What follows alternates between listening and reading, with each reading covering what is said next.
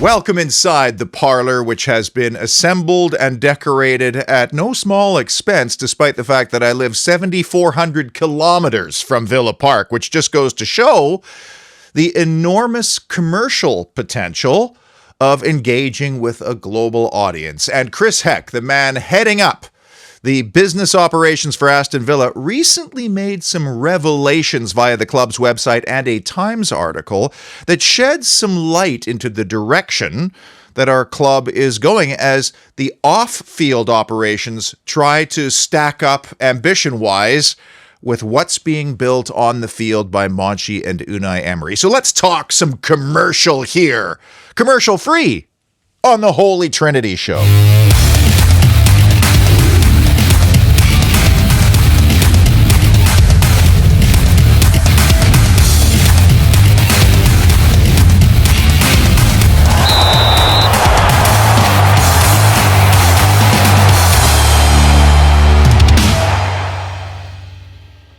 You know I love this stuff because football clubs are multifaceted organizations where so much depends on what happens on the field. And in that regard, we're in a really good place right now. But the commercial side is becoming more and more important because it helps feed the football machine over here. And the man entrusted with leading our commercial endeavors is, of course, Christopher Heck, who's already coming under some criticism. And that's a little bit shocking given how early we are in his tenure, keeping in mind that it's 1 year come May. And if we are willing to criticize Chris Heck already at this stage, then we also have to be willing to criticize our owners who would have done a deep, deep dive into this role and serious due diligence on Chris Heck's credentials. And of course, Wes Edens would have led that exercise because he would have known about Chris Heck during the NBA years. It is really hard to change organizational culture overnight. It takes a long time. And to implement new business strategies, we need to give this guy at least a couple of years before we can properly start judging.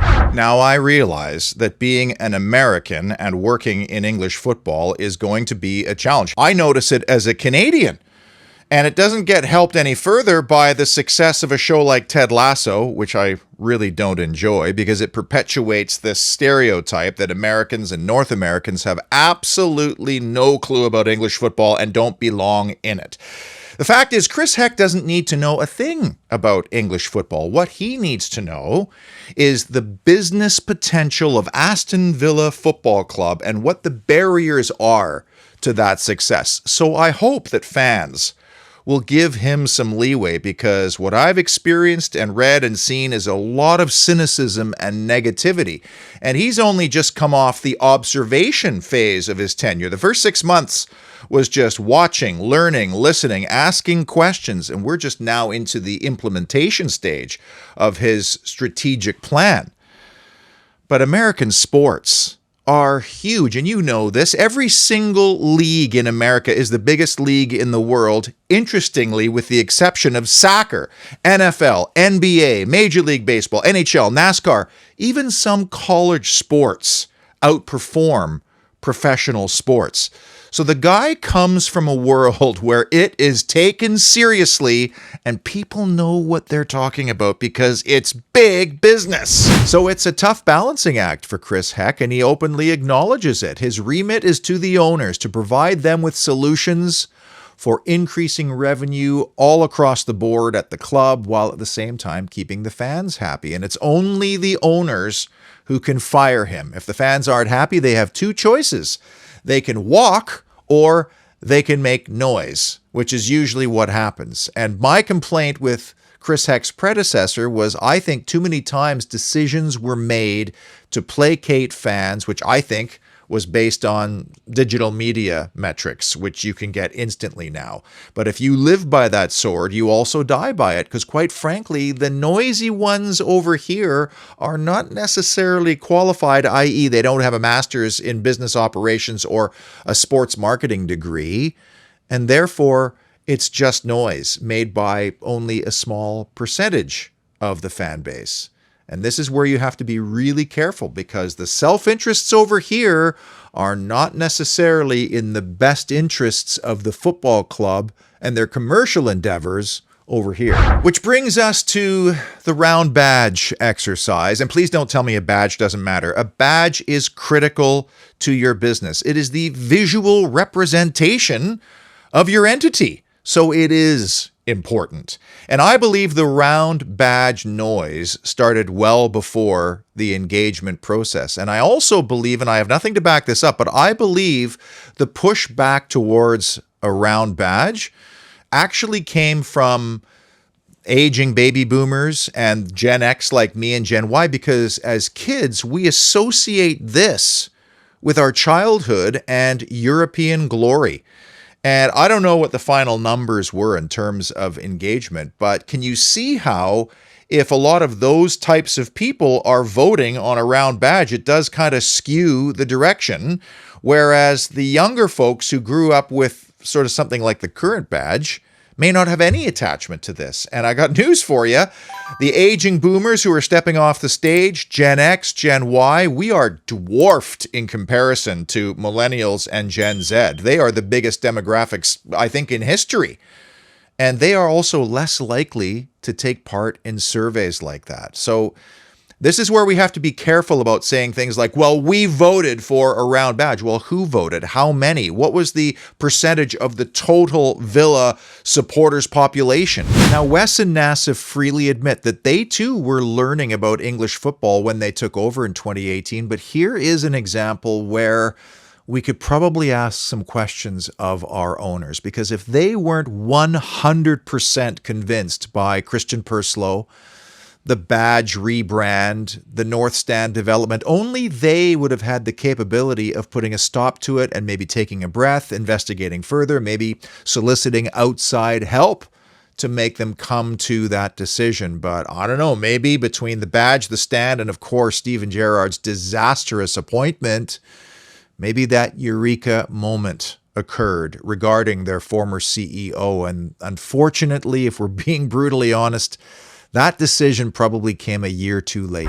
Wes and Nassif have delivered everything a fan could have possibly hoped for, and they've delivered on their 5-year vision, which started in 2018, which meant that last year was year 5, the greatest on-field year in Aston Villa's history without winning a trophy, mind. So yes, we had to go through the horrendous Steven Gerrard appointment, but that led to Unai Emery's hiring. And it also led to the realization that our business operations were simply not where they needed to be. Unfortunately, Chris Heck's appointment came at a really awkward time when we were sort of in between or in the process of a couple of pretty significant initiatives. So now he's being painted as the guy who is a project killer.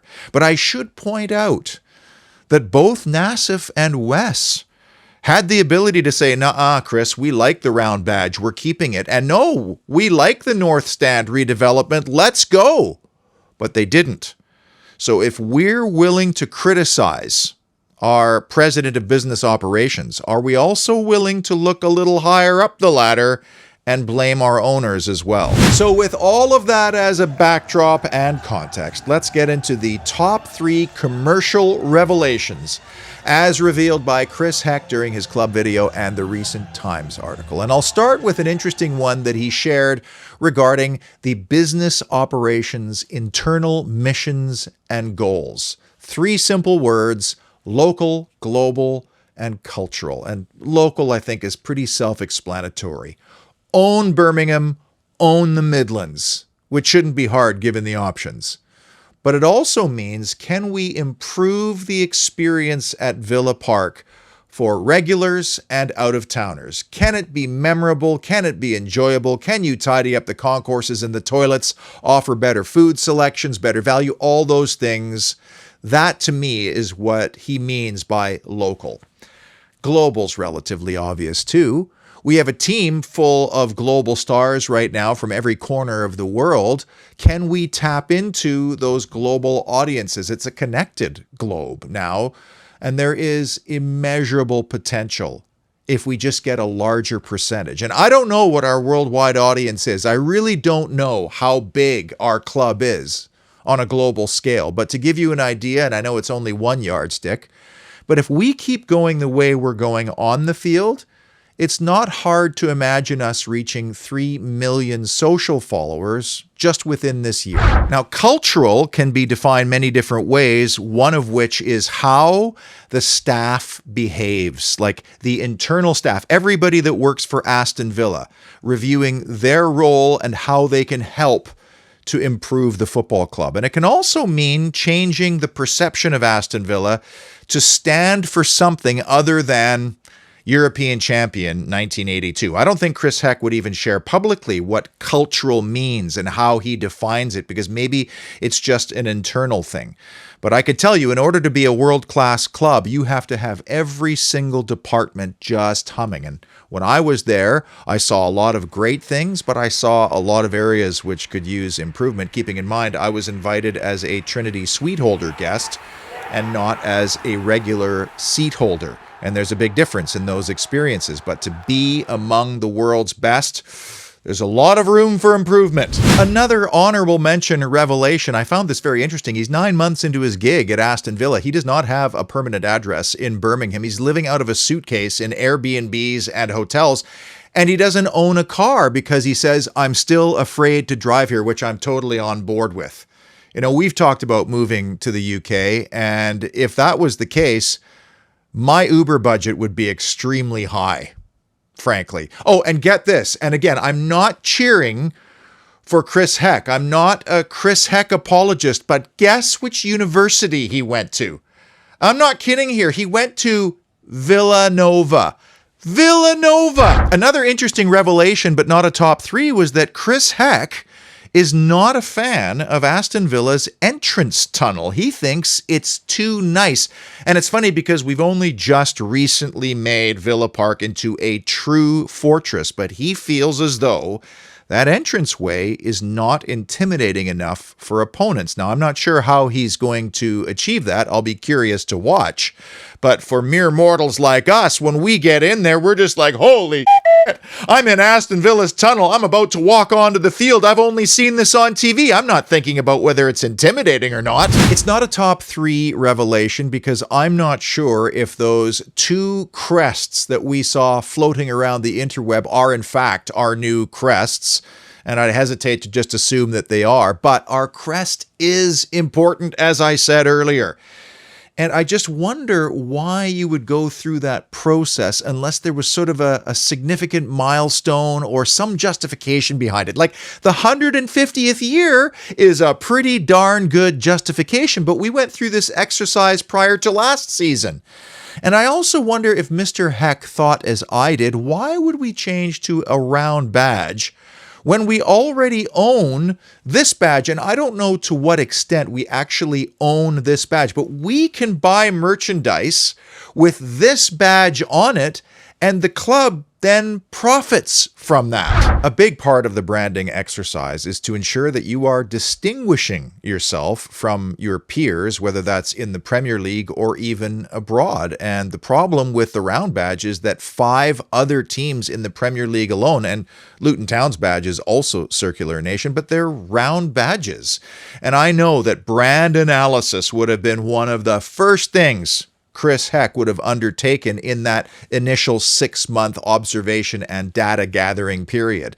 And another hard and fast rule, especially when you have a heritage club like Aston Villa, is to evolve your brand gradually, not deviate completely and start over again. And the learner badge came in, 2006 was it? So that's been around for a long time. People recognize it. They associate it with Aston Villa. When you abandon it, they're like, well, what is this now? The circular one, different colors, different shape, the lions flipped. So if the 2 new badges we've seen online are the real ones, then you can see there's been a subtle adjustment of some of the elements so that we keep this brand equity and recognition that we've built up. I'm surprised that English football has not already tapped into the heritage game the way North American sports do, particularly hockey, and they do it really well, and they move a lot of merchandise where you establish a day and you say, this is the day we're playing a heritage game, and you can come out with some really great merch. Like, for example, let's say Aston Villa decides to pay tribute to the 1996 League Cup winning team. Manchester United comes to Villa Park. Both teams are bedecked in the strip of that era. You play the music from that era, you invite the players formerly from that era to parade around, and you sell a ton of merch. It's so weird to me that a sport and a league that has so much heritage doesn't tap into that more. The challenge, of course, is whether or not your kit supplier can create those one-offs every single year, which brings us neatly to big commercial revelation number 3. And this wasn't even a revelation by Chris Heck, by the way. This is based on the rumors that Chris Heck was instrumental in the Adidas kit supplier deal, which is the first time in our club's history that we've dealt with Adidas. And that presumably means that we are terminating our contract with Castor early. Oh, it just goes to show how catastrophic those wet look kits are. Not a good year for Stevie G's buddies at Castor, who have now lost both Newcastle and Aston Villa in short order. And I guess the first and most important aspect of this kind of a contract is, what will the final amount be per year that Adidas is offering us from a revenue standpoint? Aston Villa is going to get nowhere near what these so-called big clubs are getting in their kit deals. Like Manchester United just renewed with Adidas for £900 million over 10 years. That's incredible. Arsenal's getting £60 million per year. So you could see, if you are successful and you continue to grow and you have big players and you're playing Champions League, you could see how maybe that changes over time. Newcastle isn't getting nearly that much either, and neither will we, but it will be a significant increase on the rumored 3 to 4 million that we were getting from Castor. Obviously, foundational to any performance apparel deal like this is the licensing agreement, where a club gets a minimum percentage of shirt sales, and that's usually around 10%. A good number is 15. That's often negotiated. Bayern Munich got 20. That was a complicated deal, but Adidas is also a small shareholder in that club. Then you add sponsorship as well, and that increases the value. But when you have sponsorship, that means that everywhere you see Aston Villa, you also see Adidas. And where you can really make hay is in competition bonuses. The Champions League is one of the biggest competitions in the world, with so many of the world's stars and big clubs. Every major apparel and brand wants to be associated with the Champions League. So if you get in, there's the bonus. If you get to the next round, there could be another bonus, and so on and so forth. And that's why Villa really needs to finish top 4 to increase that revenue. And then if Unai Emery can perform his European Cup magic, who knows, but it could be extremely lucrative. I think the most interesting aspect of this Adidas deal is the fact that our owner, Nassif Sawiris, is on the Adi board and owns a 7% stake in the company, which some might say, well, isn't that kind of a conflict of interest? But he knows exactly what's happening behind the scenes at Aston Villa. He knows how ambitious we are and how things are moving forward and progressing. And we have a team of internationally very marketable players. We have the Yashin winner. We have Alicia Lehman. Don't forget about Alicia Lehman. She is a global powerhouse in terms of recognition. And Adidas isn't just an apparel company. They are a sports marketing company, and they want to be associated with the next coolest and hottest things. And based on our on-field performance, Aston Villa is one of those cool things right now. Quick shout out to dedicated Holy Trinity show viewer Carl Barker, who recently engaged 24/7 Services to do some roofing work at his place. Thank you for watching and trusting in me, Carl, and also trusting Paul Handsaker and his crew at 24/7 Services. Trust is an absolutely huge part of this industry, because you're letting strangers basically into your house, and most people can't take the time off work to just hang around and supervise, especially on longer projects, so you're turning your keys over. You need a trusting relationship, and Paul's proud of his client relationships. Some actually call him up at the end of the day and say, hey, Paul, can you put the kettle on so it's ready when I get home? That's the kind of trust you need. And by the way, if you haven't done so already, I'd be very grateful if you could follow 24/7 on your favorite social channels. That way you can see all the really cool projects they're up to. Big commercial revelation number 2, Villa documentary? Heck revealed that the club is currently capturing everything behind the scenes in anticipation of a potential All or Nothing like series. And I should mention that All or Nothing on Prime is its own separate beast and franchise, which can earn the club much, much more, but you would then have to relinquish all the creative control on the project.